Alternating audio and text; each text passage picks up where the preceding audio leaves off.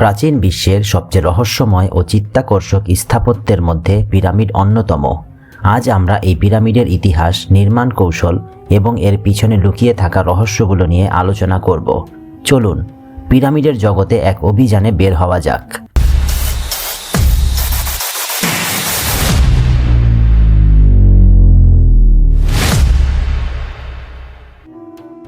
Pyramid হলো এক ধরনের স্থাপত্য কাঠামো যার ভিত্তি চতুর্ভুজাকার এবং চারিদিক ত্রিভুজাকার হয়ে শীর্ষবিন্দুতে মিলিত হয়। পিরামিড বিভিন্ন সভ্যতায় তৈরি হয়েছে, যেমন মিশর, মেসো আমেরিকা, এমনকি সুদানেও। তবে সবচেয়ে বিখ্যাত পিরামিডগুলি মিশরের গিজায় অবস্থিত। মিশরের পিরামিডগুলি প্রাচীন বিশ্বের সপ্তম আশ্চর্যের মধ্যে একটি। গিজার গ্রেট পিরামিড, যা খুফুর পিরামিড নামেও পরিচিত, এটি প্রায় 4500 বছর আগে নির্মিত হয়েছিল। এই পিরামিডগুলি ফারাওদের সমাধি হিসাবে ব্যবহৃত হতো। পিরামিড নির্মাণের পদ্ধতি আজও একটি রহস্য। কিভাবে এত বড় পাথরগুলোকে সঠিকভাবে সাজানো হয়েছিল, কিভাবে এই বিশাল কাঠামো তৈরি করা হয়েছিল, এই প্রশ্নের উত্তর আজও গবেষকদের মাথা ঘামাচ্ছে। একটা পিরামিডে ব্যবহার হয়েছে প্রায় 23 লাখ পাথর। এক একটা পাথরের ওজন প্রায় 50 থেকে 70 টন, অর্থাৎ 10 থেকে 14টা 5 টনি ট্রাক লাগবে এক একটা পাথর বহন করতে। আর এ পাথরগুলো আনা হয়েছে প্রায় 150 কিলোমিটার দূরে তোরা নামক স্থান থেকে। অর্থাৎ 50 থেকে 70 টনের এক একটা পাথর 150 কিলোমিটার দূর থেকে আনা হয়েছে। আর এই রকম 23 লাখ পাথর আনা হয়েছিল শুধুমাত্র একটি পিরামিড তৈরির জন্য। এ তো গেল টেনে আনার কথা। এবার এগুলো উপরে ওঠানো নিয়ে বলি। একটা পিরামিড প্রায় 480 ফিট উঁচু, এর থেকে নিচুও আছে। আমরা দাবি করি মানব সভ্যতায় আমরাই সবচেয়ে প্রযুক্তিতে এগিয়ে আছি। আমাদের অত্যাধুনিক ক্রেনগুলি সর্বোচ্চ 20 টন ওঠাতে পারে। তাহলে 4500 বছর আগের আমাদের থেকে পিছিয়ে পড়ারা কি দিয়ে 70 টনের একটা পাথর উঠালো, তাও আবার 480 ফিট ওপরে? আর শুধু কি উঠিয়েছে, গাণিতিক আর জ্যামিতিক নিয়ম মেনে একেবারে নিখুঁতভাবে একটার পর একটা বসিয়েছে। আর এই পাথরগুলো লাইমস্টোন বলা হলেও এগুলো তা থেকে আলাদা কিছু। আর এই রকম পাথর পৃথিবীতে আর কোথাও নেই, এবং এগুলো ভীষণ শক্ত। কতটা শক্ত ধারণা করতে পারেন? একটা ধারণা দেই। দ্বাদশ শতকে সুলতান আল আজিজ পিরামিড ধ্বংস করতে আসেন। 1000 সৈনিক 8 মাস চেষ্টার পর মাত্র 2টো পাথর পিরামিড থেকে সরাতে পেরেছিল। পিরামিডের গায়ে খসে যাওয়া 2টো পাথরের ওই গর্ত এখনও আছে। এবার আসেন ওরিয়েন্ট কোরিলেশন থিওরিতে। মিশরীয়রা 3 তারকাকে দেবতা মানত। তারা যে দেবতার পূজা করত তার নাম ছিল ওয়াইরিশ। সে ছিল মৃত্যু আর জন্মের দেবতা। তাদের ধারণা ছিল তাদের এই দেবতা এই 3 তারকায় বসবাস করত।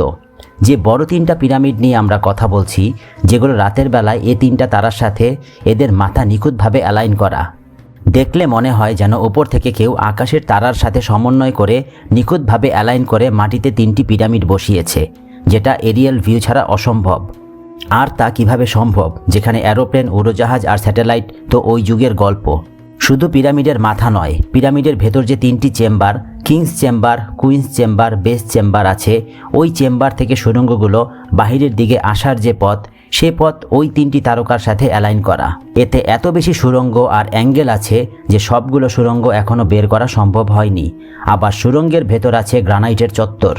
অধিকাংশের মতে এটা মমি রাখার স্থান, যদিও পিরামিডের ভেতরেই কোনো মমি পাওয়া যায়নি। যুক্তিসঙ্গত ব্যাখ্যা হলো এগুলা হয়তো বিদ্যুৎ উৎপাদনের কেন্দ্র ছিল। আর গ্রানাইটের এত বড় স্কোয়ার বার কিভাবে এত চিকন সুড়ঙ্গ দিয়ে সেখানে পৌঁছানো হলো? আর এই গ্রানাইট এত নিখুঁতভাবে কিভাবে কাটা সম্ভব হলো আজ থেকে প্রায় 4500 বছর আগে? তখন আমাদের এই যুগের মতো অত্যাধুনিক লেজার কাটার ছিল না, অথচ গ্রানাইট হলো পৃথিবীতে ডায়মন্ডের পরে সবচাইতে শক্ত পদার্থ। আর সুড়ঙ্গের ভেতরের সুড়ঙ্গ খুঁজতে গিয়ে আরেক মজার কাহিনী।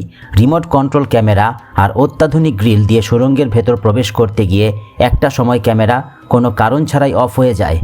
মিশরীয় গভর্নমেন্ট এরপর এই প্রজেক্ট বন্ধ ঘোষণা করে। পিরামিডের রহস্যময় সব সুড়ঙ্গ আবিষ্কার এখনও অধরাই রয়ে আছে। জেনে অবাক হবেন, পিরামিডগুলো যেখানে গড়ে উঠেছে এই স্থানগুলো পৃথিবীর একেবারে মধ্যভাগে অবস্থিত। কম্পাস আবিষ্কার হয়নি তখনও মানুষ জানতো না পৃথিবী গোল। কেউ কেউ বলতো পৃথিবী চ্যাপ্টা। মানুষ পথ চলতো তারকা ধরে। কিভাবে একেবারে হিসাব করে পৃথিবীর মাঝখানে পিরামিড বসলো, তাও আবার নর্থ পোলকে তাক করে? আর এত ভারী পিরামিড বসার জন্য প্রয়োজন ছিল খুব শক্ত ভূমির, এবং পৃথিবীর এই জায়গাটাই সবচেয়ে শক্ত, এবং এই জায়গাটাই একেবারে সমতল। আপনি পানি ঢাললে সর্বত্র পানি সমানভাবে ছড়িয়ে পড়বে। আর সত্যি তো, সমতল না হলে এত ভারী পিরামিড এত বছর ধরে এত ঝড়ঝাপটা ভূমিকম্পে টিকে আছে কি করে? আর সেখানে অবস্থিত স্ফিংস তো আরেক আশ্চর্যের ব্যাপার। এত বড় একটা মূর্তি একটা পাথরে তৈরি, যা পৃথিবীর আশ্চর্যতম মূর্তিগুলোর একটি। পিরামিড তৈরি হয়েছে আধুনিক আবিষ্কৃত বল এবং সকেট থিওরি ধরে। তার মানে হলো তাপের সাথে বস্তু যেমন বেড়ে যায়, এটা তা না। পিরামিড তাপ বিস্তার প্রতিরোধ করে, গরমে তা বাড়ে না। আর পিরামিডে রয়েছে শকপ্রুফ টেকনোলজি। আজকের অত্যাধুনিক যুগের ভূমিকম্পেও ভাঙবে না এরকম অত্যাধুনিক বাড়ির মতো। আমরা কিন্তু ঘটনা বলছি 4500 বছর আগের। আমাদের মতো তারা অত্যাধুনিক ছিল না। যারা অত্যাধুনিক ছিল আমাদের চেয়েও অনেক গুণ বেশি। হিসাব তাই বলে। পিরামিড গড়ে উঠেছিল 20 বছরে 20,000 শ্রমিকের পরিশ্রমে। 481 ফুট মানে 48 তলা বিল্ডিংয়ের সমান। আর ওজন 60 লক্ষ টন, যা প্রায় 12টা বুর্জ খলিফার সমান। আর প্রত্যেকটা কর্নার 51.5 ডিগ্রি অ্যাঙ্গেল ধরে করা। আর 50 থেকে 70 টনের এক একটি পাথর আনা হয়েছে 150 কিলোমিটার দূর থেকে। ব্যবহার করা হয়েছে দড়ি, কাঠ, নৌকা আর শ্রমবল। তাহলে হিসাব করলে দেখা যায়, যদি 20 বছরে 20,000 শ্রমিক একটা পিরামিড তৈরি করে, তাহলে এত দূর থেকে এত ভারী ওজনের একটা পাথর এনে মাটি থেকে 481 ফিট উঠাতে এবং জায়গা মতো নিখুঁতভাবে বসাতে তারা সময় নিয়েছে 1.5 মিনিট। ন্যূনতম বুদ্ধিসম্পন্ন নিরক্ষর মানুষও বলবে এটা তো অসম্ভব। তাহলে কি বলবেন? মানবজাতির ইতিহাসে আমরাই সেরা, নাকি আমাদের চেয়েও সেরা কেউ ছিল? কেউ কেউ বলে তাদের সাথে যোগাযোগ ছিল এলিয়েনদের। সে ধারণাকেও মিথ্যা করে দেয় পিরামিডের ভেতরে সুড়ঙ্গ আর চেম্বারে পড়ে থাকা মানুষের কঙ্কাল।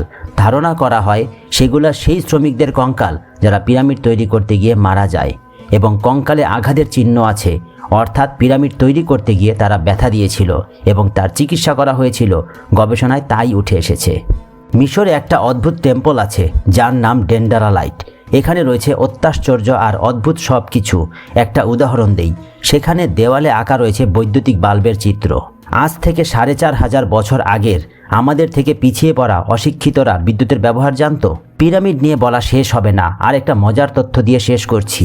পিরামিডের ভেতরটা পুরোটাই এসি, কোনো প্রকার এয়ার কন্ডিশন মেশিন ছাড়াই। পিরামিড দাঁড়িয়ে আছে উত্তপ্ত মরুভূমির ওপরে, এমনভাবে তৈরি করা এখানে বাতাসের এমনভাবে আনাগোনা যে তার ভিতরে সবসময় তাপমাত্রা 20 ডিগ্রি থাকে, যা সবচাইতে আরামদায়ক তাপমাত্রা। এই পিরামিড তাদের গল্প যাদের কথা পবিত্র কোরআনে আল্লাহ বারবার বলেছেন, ফেরাউন এবং মুসা আলাইহিস সালাম। পিরামিড অক্ষত হয়ে আজব আর আশ্চর্য বিষয় নিয়ে দাঁড়িয়ে আছে আজও। আর ফেরাউনও শায়িত আছে সেখানে খুবই যত্নের সাথে সুরক্ষা নিয়ে। ফেরাউন রয়ে যাবে দৃষ্টান্ত হয়ে, এমনটাই বলেছেন আমাদের রব। আজ আমি তোমাদের দেহকে বিনষ্ট হওয়া থেকে বাঁচিয়ে দিলাম, যাতে তুমি পরবর্তীকালের মানুষের জন্য দৃষ্টান্ত হতে পারো। আর নিশ্চয়ই অনেক মানুষ আমার নিদর্শন সমূহের ব্যাপারে উদাসীন।